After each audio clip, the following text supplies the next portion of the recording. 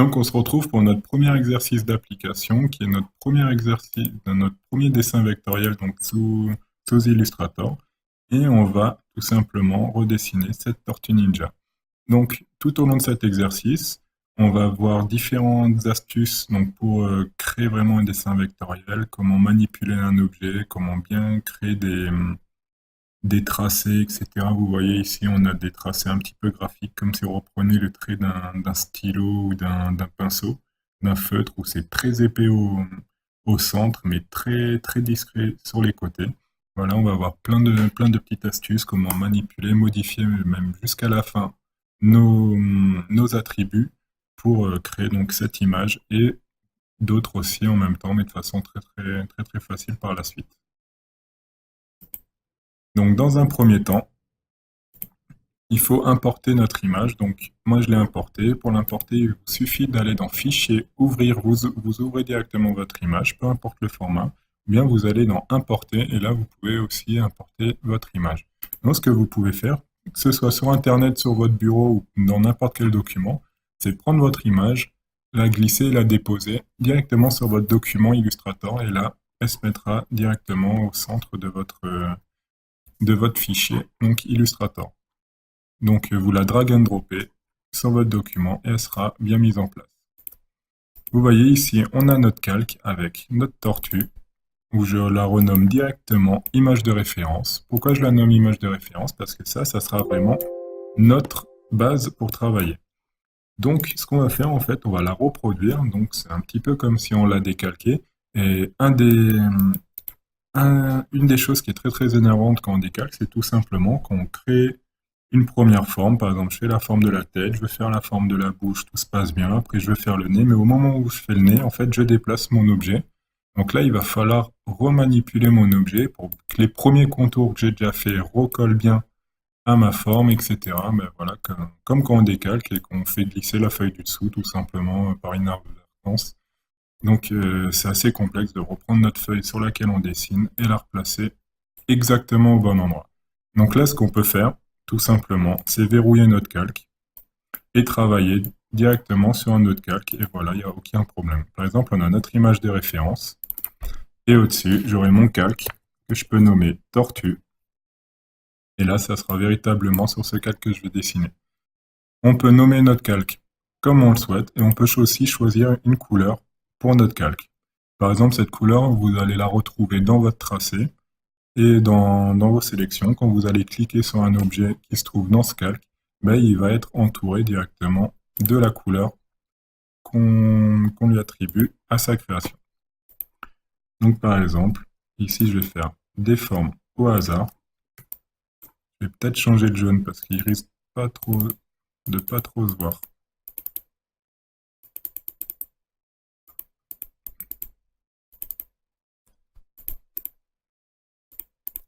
Hop.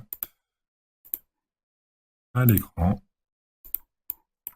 Voilà, vous voyez là, je viens de sélectionner mon cercle ici qui n'a pas d'attribut, qui n'a pas de contour ni rien. Je le sélectionne, vous voyez que ma sélection est bel et bien violette. Donc tout simplement parce que cette sélection fait partie de ce calque. Si cette sélection, je l'avais mis dans mon calque 1, donc qui est mon calque de référence, vous voyez qui est bleu, ma sélection ici est bleue. Comme ça, on peut d'un seul coup d'œil en fait savoir à quel calque appartient la sélection. Donc je vais le laisser en violet ici, ma sélection. Je vais la supprimer parce que nous, ce qui nous intéresse, c'est vraiment notre tête de Tortue Ninja. Donc on peut prendre notre outil plume dans un premier temps, tout simplement pour faire le contour de notre tête. Donc on peut partir du menton, le menton sera caché à la fin, donc vous voyez par une autre forme ici, qui va créer donc notre menton. Donc on peut commencer ici pour faire un raccord, c'est facile, bien que là, le contour va poser aucun problème. Donc normalement, vous voyez bien le tracé violet. Si vous n'arrivez pas forcément à voir le tracé ou bien vous avez du mal à faire des manipulations avec l'outil plume parce que soit votre forme est en train de se remplir, comme ici, vous voyez là, ma forme que je suis en train de dessiner en train de se remplir. Donc, par exemple, si je devais faire un point ici, puis un autre par là, vous voyez que ma forme se superpose, donc ça va être assez complexe. Ce que vous pouvez faire, c'est tout simplement enlever l'attribut du fond et garder juste le contour pour pouvoir bien dessiner avec votre outil plume et bien voir juste le contour et pas le fond qui se remplit en même temps. Pareil pour l'outil plume, ici vous voyez que on génère des points d'ancrage et après des tangentes. Moi je les supprime juste pour que ce soit le plus simple pour ceux qui ne sont pas habitués à cet outil. Mais évidemment, vous pouvez manipuler l'outil plume tel que vous le souhaitez en déplaçant les prochaines tangentes, en cassant la régularité de vos traits, ou bien tout simplement en supprimant les tangentes. Comme je le fais en appuyant sur la touche Alt et le point d'ancrage, tout simplement pour supprimer les tangentes qui peuvent poser problème. Donc vous voyez ici, on a notre profil qui est fait, donc de notre tortue. On a un contour. Vous voyez ici, le contour est très très épais. Je vais juste enlever la sélection. Le contour ici est très très épais. Et vers le bas, en fait, on arrive à voir que le contour est un petit peu plus discret, véritablement comme si on avait fait le contour avec un feutre de notre tortue. Donc on va essayer de reproduire tout simplement cet aspect graphique en générant un contour très épais sur le dessus. Vous voyez ici, on colle à peu près avec un contour très très épais de 12. Et là, en fait, en bas, on va essayer, pareil, de réduire notre épaisseur pour trouver nous aussi ce côté un petit peu graphique. Donc, je prends ma sélection. Vous vous souvenez, on a commencé en bas au niveau du menton, donc on va trouver un profil où le début et la fin sont moins épais, tout simplement parce que mon début a été ici, j'ai fait le tour de la tortue et la fin s'est retrouvée pareil au niveau du menton. Donc normalement, ce profil devrait bien aller. Vous voyez ici, on a bien un profil qui diminue, donc au niveau du menton. Donc bien épais sur le dessus et un petit peu plus diminué en dessous et un petit peu plus épais sur le dessus. Donc avec un petit style graphique qu'on a sur notre tortue. Donc ici, notre contour est violet, tout simplement. C'est dans notre attribut, il est violet. Ce que je peux faire, c'est tout simplement sélectionner une nouvelle couleur ici. J'ai mon sélectionneur de couleurs, tel que vous le connaissez sous Photoshop. À droite, on a les nuances, et à gauche, on a véritablement donc les contrastes de couleurs, toutes les nuances dans les teintes donc, de nos couleurs. Donc ici, je vais tout en bas à droite pour avoir du noir. Je mets OK, et là, j'ai bel et bien un contour noir qui s'est créé. Bien sûr, ici, l'intérieur de ma tortue, la peau de ma tortue est verte, et pouvoir générer un fond également, et un fond que je vais attribuer aussi en vert. Donc pour le moment, ici, j'ai déjà une partie de la tête de ma tortue, donc avec un contour noir et la peau verte.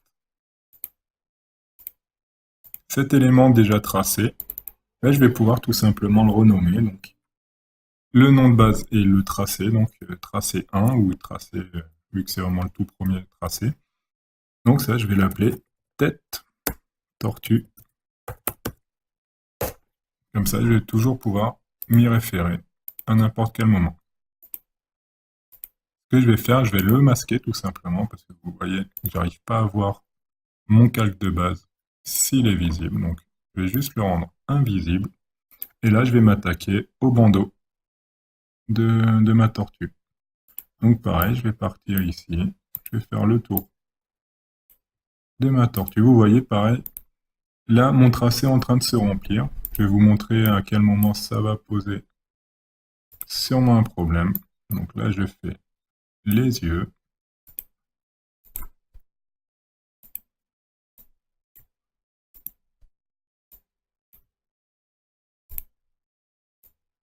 Donc pour le moment, à part le fait qu'on a l'impression que mon masque est en train d'être supprimé tout simplement parce que la couleur de mon bandeau ressemble à la couleur de la tortue, ça ne me pose pas forcément de problème. On va voir qu'à tout moment, le principe d'avoir le fond qui se génère pendant notre tracé, ben, ça peut être délicat à certains moments.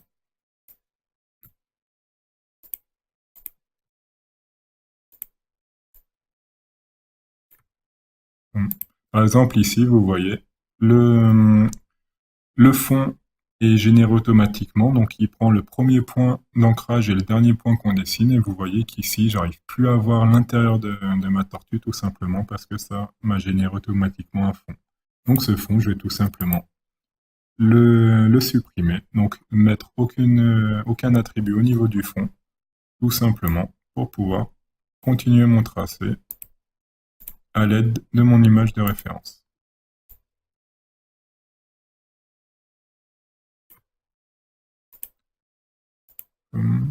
Et je retombe sur mon point d'ancrage. Donc ici, comme avant, on a un contour, on va pouvoir attribuer une certaine épaisseur à ce contour. Donc, par exemple, une épaisseur de 4, ça paraît pas trop mal. Ça va peut-être augmenter. On peut aussi attribuer une certaine irrégularité dans le trait, vous voyez, pour avoir des aspects un petit peu plus graphiques. Et bien sûr, mon bandeau, là on peut choisir maintenant la couleur du bandeau avec notre attribut. On peut prendre un bandeau violet, un bandeau bleu, ou tout simplement prendre exactement la même couleur que notre image de référence. Tout simplement grâce à l'outil pipette, on va pouvoir directement sélectionner une couleur. Et ici, vous voyez, on a du bleu, le bleu de notre bandeau qui a été sélectionné dans notre sélectionneur de couleurs. Et je vais pouvoir l'attribuer directement à mon bandeau. Et ici, pouvoir reprendre ma couleur, la couleur bleue qui était la couleur de mon bandeau, et la mettre directement sur le dessin, sur le motif que je viens de créer. Donc voilà où on en est. On commence à avoir le bandeau et la tête de notre tortue. Donc pareil, on a la tête de tortue. Ici, on va marquer bandeau.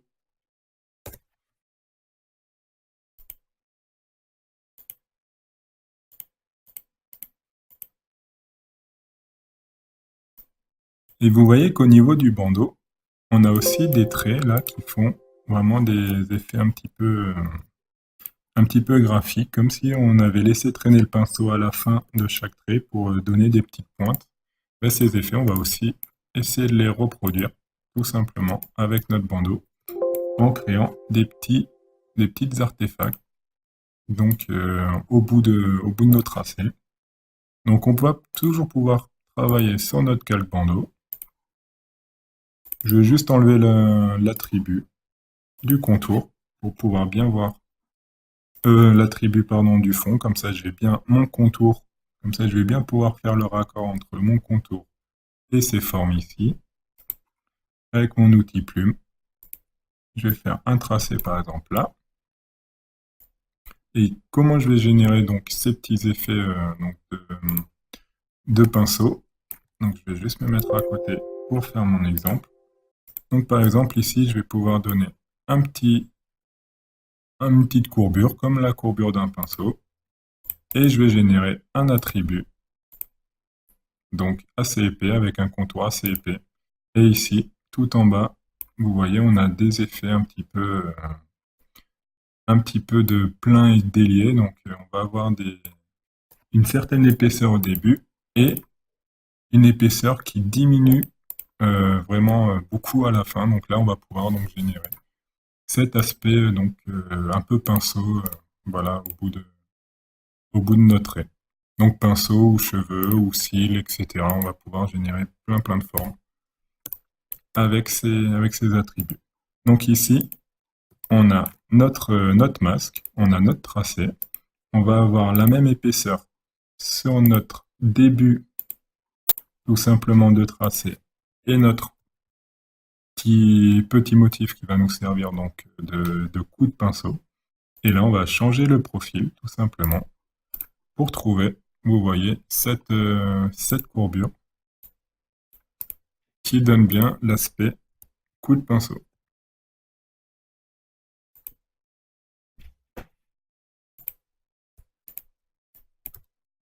Donc ça, je vais pouvoir le faire à tous les petits détails. Ben, je vais pouvoir faire tous les petits détails qui se trouvent tout au long du masque. Par exemple, ici, pareil, on a ce petit effet. On peut le retrouver aussi ici et ici.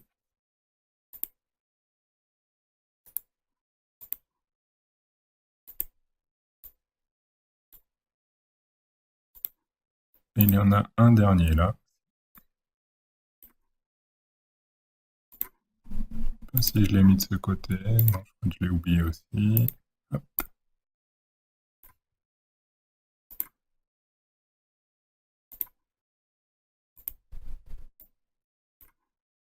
Voilà, et tous ces petits artefacts ici vont pouvoir avoir un attribut donc de contour épais de base et un petit peu plus discret à la fin. Donc je prends une certaine épaisseur au début, comme ce que j'ai fait au premier, et je donne un nouveau profil donc avec une épaisseur qui diminue sur la fin.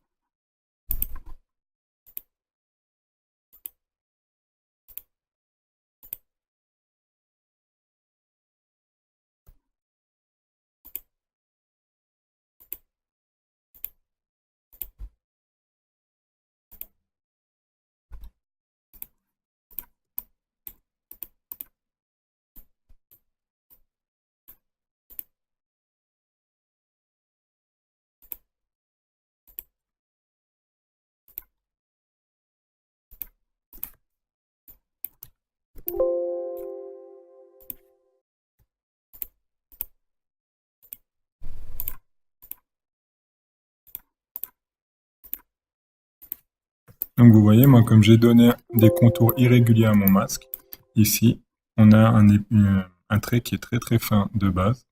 Donc c'est pour ça qu'à chaque contour que moi j'ai réalisé, il a fallu que j'adapte l'épaisseur de mon contour de base.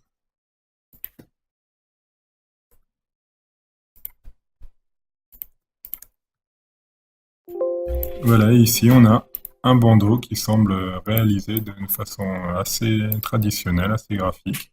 À tout moment, je peux toujours reprendre mon masque, remettre la couleur bleue que j'avais mis de base, et vous voyez qu'il y a un aspect assez graphique qui est présent. Donc tous ces tracés, je vais pouvoir tout simplement les glisser au-dessus de mon bandeau, comme ça ils sont bel et bien visibles.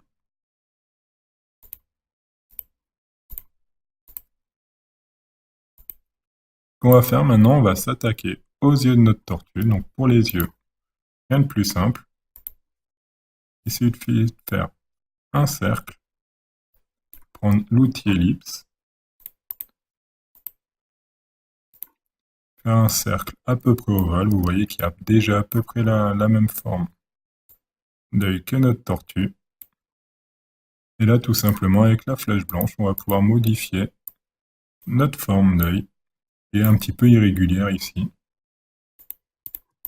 Et vu qu'on a une première forme d'œil, le plus souvent, les yeux sont quand même assez proches l'un de l'autre.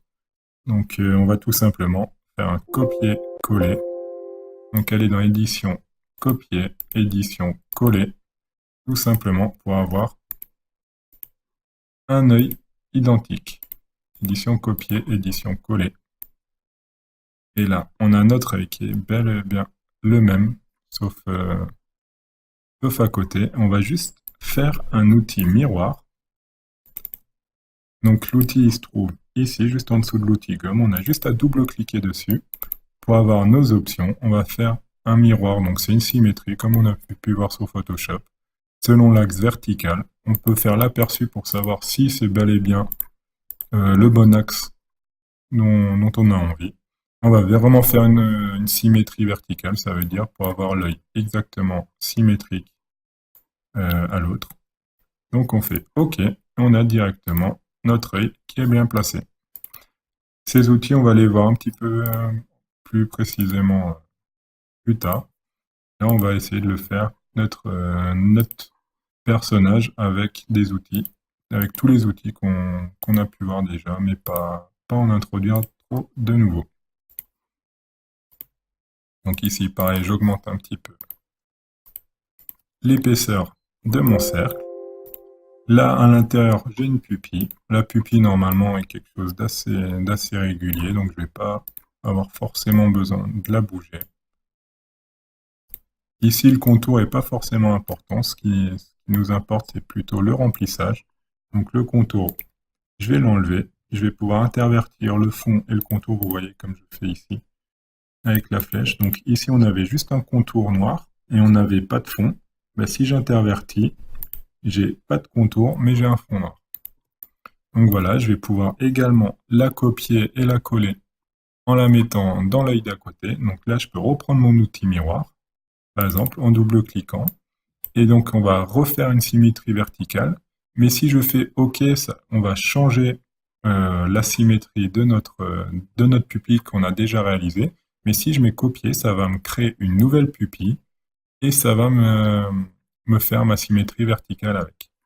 Donc si je mets copier, j'ai exactement la même pupille en symétrie verticale. Donc ça ne servait pas à grand chose parce que notre pupille est orthonormée, donc elle est très très verticale. Mais par exemple, si je l'avais juste un tout petit peu modifiée, par exemple en changeant un tout petit peu son angle, voilà, vous voyez la différence entre la pupille de base, la pupille avec la symétrie. Et donc si je fais OK, ça va être cette pupille qui va rester comme ça, donc la parfaite symétrie de ce qu'elle est d'origine. Mais si je mets copier, ça va me créer une nouvelle pupille. Donc en dessous, on a notre pupille d'origine. Et au-dessus, on a notre pupille qui vient d'être créée et qu'on va pouvoir placer. Donc pareil, dans notre œil. Donc notre œil prend forme. Ce qu'on va juste rajouter, c'est la petite étincelle à l'intérieur de l'œil. Vous voyez que sur la droite, il y en a deux. Sur la gauche, il n'y en a qu'une seule. Donc là, je vais juste prendre un cercle blanc. Donc pareil, qu'on va sélectionner dans le sélectionneur de couleurs du blanc. Et là, on va créer un cercle sans contour, tout simplement. Comme ça, on va pouvoir le placer au bon endroit. Après, on va pouvoir faire édition, copier, édition, coller, tout simplement pour avoir de nouveau un cercle blanc pour mettre dans l'autre œil. Et pareil, pour faire édition, coller, pour avoir un troisième cercle qu'on va pouvoir glisser dans l'œil gauche de notre personnage, donc qui se trouve à notre droite. Voilà. Et on va réactiver la vision de nos deux pupilles. On peut prendre nos cercles et attribuer une couleur de fond à nos yeux. Simplement, je vais juste masquer pour montrer ce que ça donne. Voilà, ici on a notre cercle qui est blanc, qui est transparent parce qu'il n'y a pas de fond, on a juste le contour noir. Donc ici, on va juste attribuer de nouveau une couleur blanche qui est en raccord avec la petite étincelle qu'il y a dans la pupille. Je vais juste déplacer la pupille parce que là, elle sortait un petit peu de mon œil. Donc voilà, on peut rajouter le bandeau qu'on a masqué. Et voilà où en est pour le moment notre tortue. On peut voir ce qui nous manque. Donc là, on n'a pas de nez et on n'a pas la bouche ni le menton. Bah, tout simplement, c'est la prochaine étape qu'on va faire. Donc au niveau du nez, on va juste masquer le bandeau et notre tête. Et on va créer tout simplement un nez. Donc vous voyez ici, le nez, pareil, il a une certaine épaisseur au début, qui est très très fine. La même épaisseur très fine à la fin, mais une épaisseur très grande au centre. Donc ici, on va juste prendre notre plume, on va faire 2 points d'ancrage tout simplement pour avoir notre courbure. Et vous voyez ici, on a notre nez avec notre fond. Donc on va mettre exactement la même couleur que notre tortue. Donc pour ça, je prends mon outil pipette pour être sûr d'avoir la même couleur. Et ici, on a la même couleur, les mêmes attributs qui sont appliqués à notre nez. Donc on a la même couleur, on a la même épaisseur de trait. Mais si on n'avait pas eu la même épaisseur de trait, par exemple, je vais peut-être la bouger parce qu'elle est peut-être grande au centre. Ici, on a notre nez qui apparaît. Ce qu'on va faire, on va appliquer le bandeau pour voir s'il est bien placé. Là, il est pas mal. Et notre nez, vous voyez, contrairement au dessin de base, comme je vais l'enlever, ici, on a les bords, donc, comme j'avais dit, ils étaient assez fins. Là, on va faire exactement la même technique qu'on avait fait sur le bandeau. On va changer le profil, tout simplement, pour avoir des bords un petit peu plus fins au niveau du nez. Et vous voyez là, notre tortue prend de plus en plus forme. Il nous manque la bouche pour continuer à percevoir donc notre tortue. Donc pareil, pour le menton, je vais faire comme pour le nez. Je vais prendre juste 2 points d'ancrage au niveau de mon outil plume. Je vais prendre même avec la pipette les mêmes attributs que pour mon nez. Et pareil, je vais diminuer un petit peu l'épaisseur et changer le profil. Donc là, pareil, on a un profil un petit peu plus fin sur les bords qu'au centre, comme si on avait vraiment eu un coup de feutre ou un coup de pinceau pour dessiner ce menton qui a été fait vraiment d'un trait comme ça, comme un trait de pinceau. Donc voilà, notre tortue prend véritablement forme et il nous manque plus que la bouche pour voir ce que ça peut donner. Donc je vais juste masquer le menton également et m'attaquer à la bouche. Donc la bouche, on peut déjà faire les petits rictus là sur les côtés, la petite commissure des lèvres ici qui est traitée comme le nez, un petit peu en pointe. Seulement on va enlever notre fond, on va mettre un contour un petit peu plus épais parce que là ces commissures elles sont très marquées. On va mettre un contour de 3 points. Et pareil, un petit effet, donc comme je disais avant, voilà, très plein au centre et un contour plus diminué sur le côté. Donc ce qu'on peut faire, c'est copier ou coller et coller notre commissure de l'autre côté, comme ça on est sûr qu'elle soit bien symétrique. Donc pareil, je vous rappelle, l'effet miroir, on peut dupliquer un objet. Si on clique sur copier, on va copier notre objet, on va appliquer la symétrie, donc ici verticale, et on aura un nouvel objet, tout en conservant notre objet de base, qui se trouve ici, mais un objet complètement symétrique. Donc ici, on va juste changer un petit peu la rotation, c'est fait. Et là, on va s'attaquer donc au sourire de notre tortue. Donc pareil, qui peut être réalisé juste comme ceci, en un trait de plume, avec pareil une certaine épaisseur.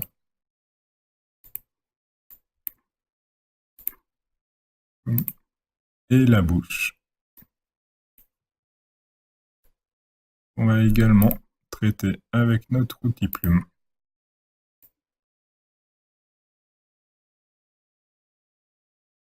Pareil, vous voyez, en un seul trait.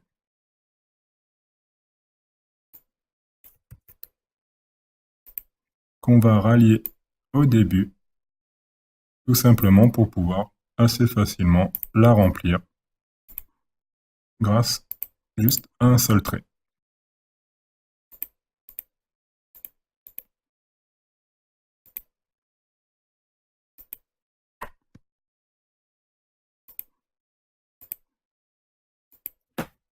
Donc ici, ma bouche en fait est un petit peu trop basse. Juste la monter.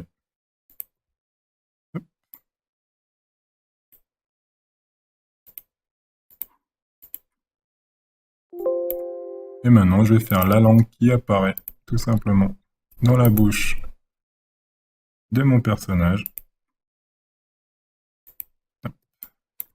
Ici.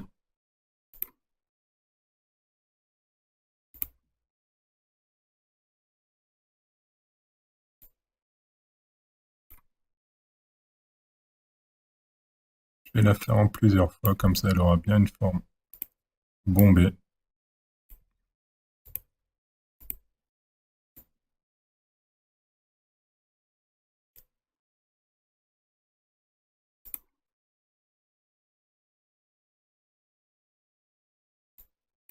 Et juste avec la pipette, reprendre la même couleur que la langue d'origine. Réactiver donc tous les attributs que j'ai, tous les objets que j'ai.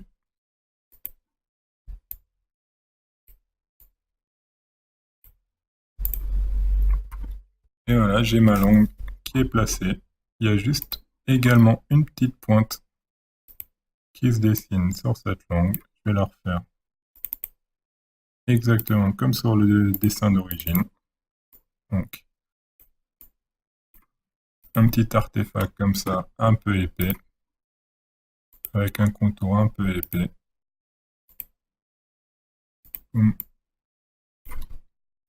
Ce profil, c'est celui-là. Et là, ma langue, elle est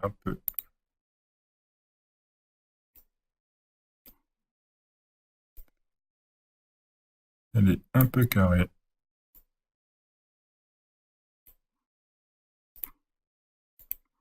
Donc à tout moment, je peux adapter ça. Voilà, avec mon outil plume, avec ma flèche blanche, pardon, ou ma flèche noire. Et voilà, j'ai ma tortue ninja qui est presque terminée. On va terminer, si je dis pas de bêtises.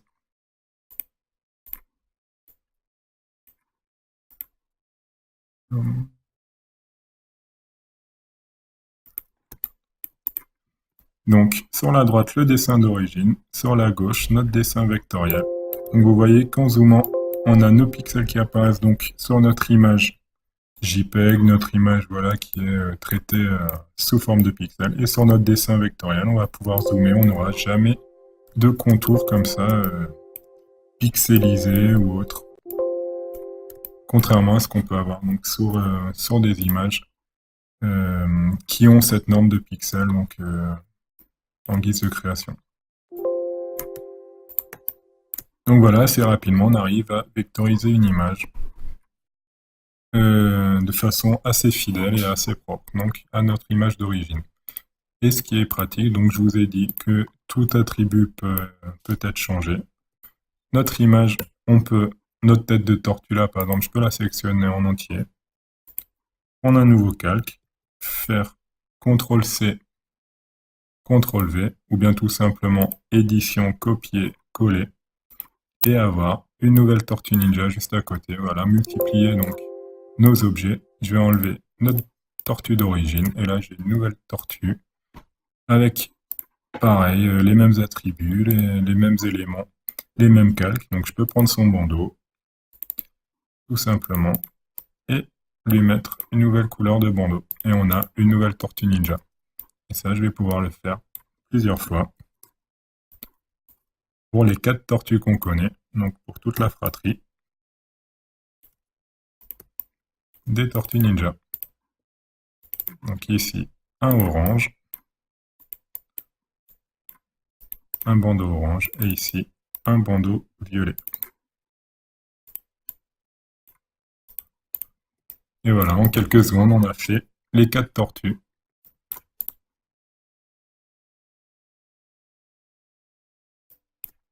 Voilà pour cet exercice. Et bien sûr, chaque tortue, on peut modifier un petit peu les tracés, en faire une juste qui sourit, une qui a l'air un petit peu étonnée, tout simplement en prenant les points avec la flèche blanche et en montant. Par exemple, en changeant l'expression tout simplement des yeux.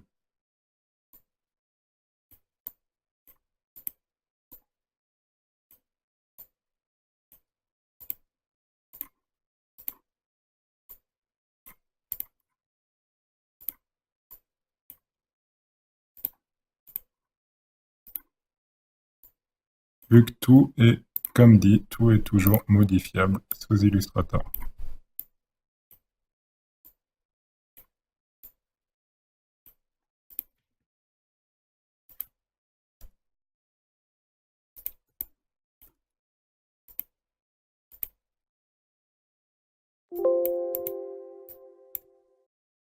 Voilà.